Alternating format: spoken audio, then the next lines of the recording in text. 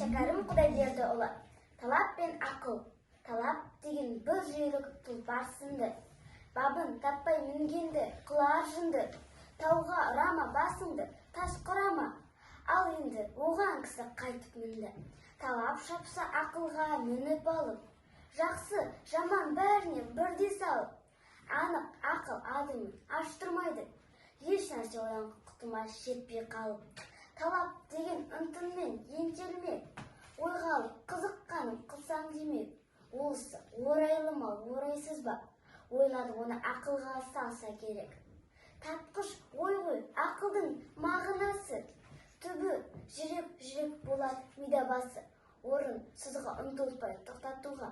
Талаптың 6 түрлі бар ноқтасы. Инсап, рахым, ар-ұят, сабыр, сақтық. Талапқа 6 түрлі ноқта тоқтық. Алтауының ішінде инсап әділ, өз есінің тізгінін саған ұстаттық. Инсап деген аспайды, кем қалмайды. Орнын таппай осыре қозғалмайды. Рахым жақсы көреді аяғанды, адамға қаттылық тойға алмайды.